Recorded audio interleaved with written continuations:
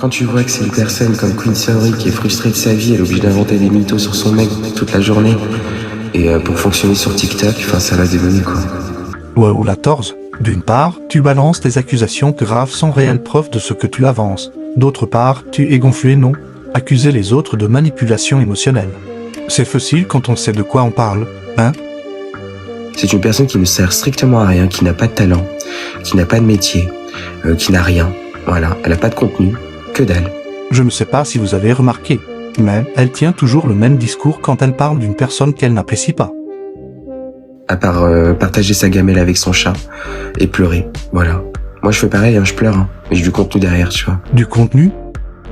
À part surfer sur les dramas pour gratter des vues et pleurer. Et la vraie vérité, je mens. Que ce soit Nian, Gio et l'Unix sont vraiment dans la sauce. Et TLJ s'en est bien mêlé. Aujourd'hui, on va parler du drama Libellule. Excusez-moi. Je jure, c'est pas moi, c'est Giovanni. Oui, croira jamais, je me balade et qui je croise la Sandy Family avec sa petite copine. Unix frérot, y a pas de tableau ici, y a pas de tableau ici. Je vais chercher le tableau. J'emmerde pas les gens, voilà. Oh bah non. Mais tu es bien contente de faire ton buzz sur leur malheur. Toujours en critiquant sans te regarder dans le miroir.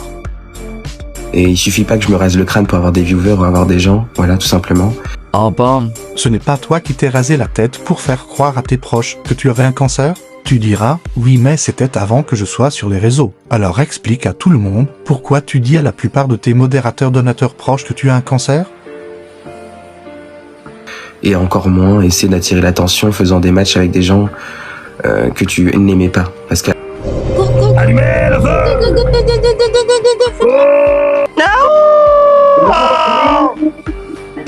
Merci pour la baleine. On y va, dépêchez-vous. Elle était là? Ah oui. Donc en fait, faut qu'elle se calme. Moi, je n'aime pas les hypocrites, d'accord? Mais ça sert à quoi de parler des gens? Des gens comme Queen Saori en plus. Une escroc comme elle qui fait des cagnottes tous les 4 matins pour rembourser les prêts qu'elle fait. Je suis désolé en fait. Moi, je fais pas du contenu sur les réseaux pour rembourser mes dettes. Ah, Bon. Enfin, si au départ. Mais c'est pas mon but.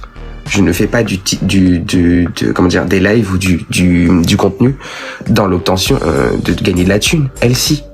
bah en vrai un peu quand même, non? Ça te permet de rembourser tes dettes, payer ton loyer, tes Uber, en tout genre tes fringues. Mais surtout, ça te permet de ne pas te fatiguer à aller travailler. Hein?